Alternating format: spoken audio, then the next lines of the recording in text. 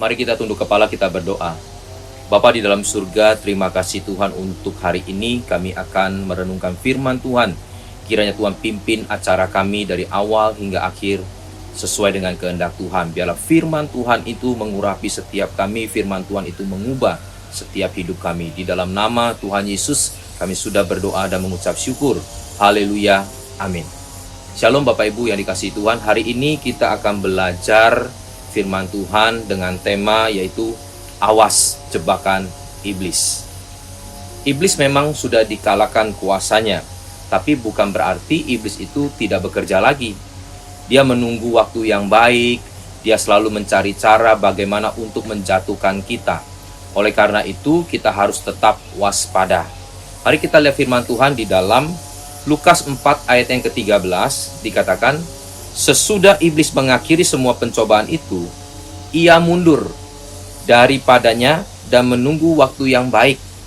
Ketika Yesus saja menang di dalam pencobaan, itu iblis mundur, lalu iblis mencari waktu yang baik untuk menjatuhkannya lagi. Oleh karena itu, kita jangan berpikir bahwa iblis kalau sudah dikalahkan, artinya iblis tidak mencari waktu lagi, tidak mencari cara untuk menjatuhkan kita, orang-orang percaya. Saudara, saya boleh gambarkan seperti seorang petinju. Seumpama dia sudah menang di dalam satu pertandingan itu, dia sudah mengalahkan lawannya, bukan berarti dia tidak ada lawan yang lain.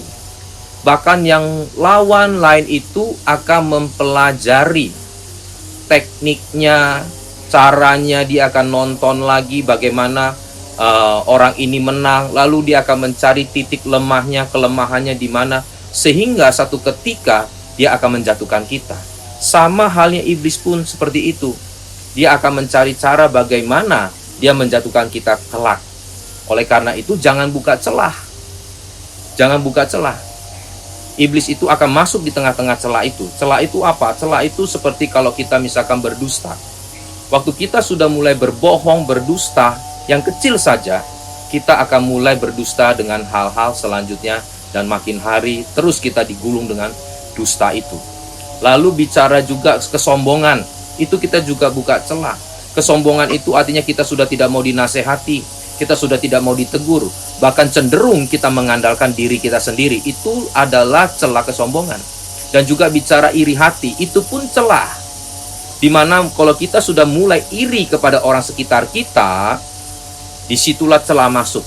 Kita mulai memfitnah orang, kita mulai mengata-ngatai orang, kita mulai muncul yang namanya iri hati itu, kita mulai berencana, bahkan bisa sampai titik akhir itu seperti Kain berencana dan akhirnya dia membunuh adiknya Habel. Itulah celah-celah yang harus kita hindari. Jangan berdusta, jangan tinggi hati, jangan iri hati.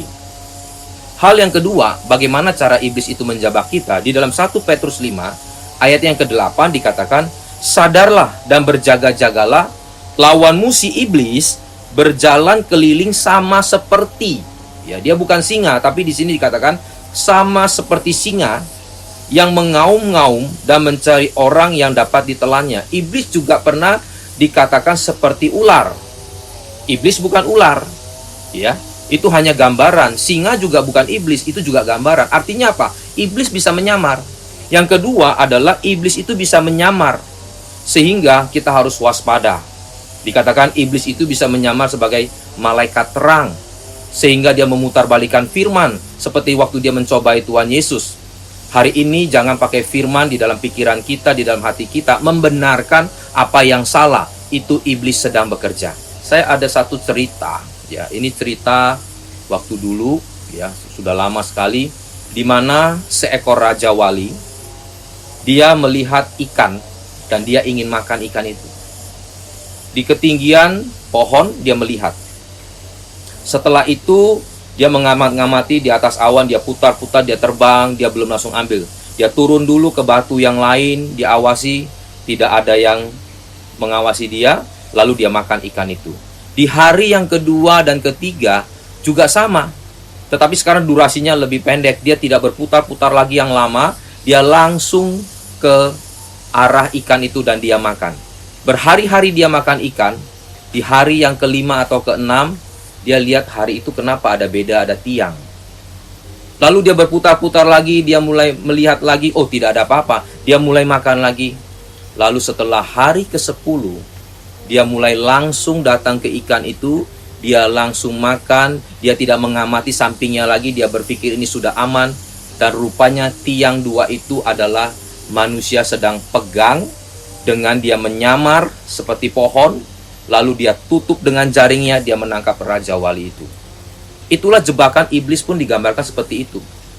Dia akan membuat kita senang dulu. Dia akan pelan-pelan, dia akan menyamar. Sehingga saat kita tidak waspada, disitulah iblis bekerja. Oleh karena itu, Bapak Ibu Saudara yang dikasihi Tuhan, dari kejahatan atau dosa yang kita lakukan, itu biasanya terjadi dari niat hati dulu. Lalu sampai akhirnya kita melakukan kejahatan itu, dosa itu. Tetapi ada gap di tengah itu, yang di tengah inilah kesempatan. Kalau kita punya niat jahat, tapi kalau tidak ada kesempatan untuk berbuat jahat, maka kejahatan itu tidak terjadi. Niat jahat sampai kepada kejahatan itu bisa terjadi karena di tengah-tengah itu ada kesempatan. Makanya untuk mengantisipasi hal ini, Tuhan Yesus sudah mengajarkan di dalam Matius 5 ayat yang ke-28. Tetapi aku berkata kepadamu, setiap orang yang memandang perempuan serta menginginkannya sudah berzina dengan dia di dalam hatinya. Niat berzina sampai melakukan perzinahan, di tengah-tengah itu pasti ada kesempatan. Ya mungkin duduk berdua di tempat yang gelap, lalu mungkin pakaiannya yang kurang pantas bagi seorang wanita, ya. Itu kesempatan akhirnya orang berbuat zina. Tapi Tuhan Yesus mengatakan, jikalau engkau melihat saja dan menginginkannya di dalam hatimu, maka engkau sudah berzina. Tuhan menutup kesempatan itu. Sehingga bagi orang percaya, kalau kita mau mengikuti firman Tuhan, maka kesempatan-kesempatan kita berbuat jahat, berbuat dosa, itu tidak ada di dalam kehidupan kita. Tetaplah waspada dengan jebakan si iblis melalui firman Tuhan. Mari kita tunduk kepala, kita berdoa. Bapa di dalam surga, kami percaya firman Tuhan telah bekerja di dalam kehidupan kami, mengubah setiap pikiran kami, sehingga kami tidak lagi tertipu oleh jebakan iblis.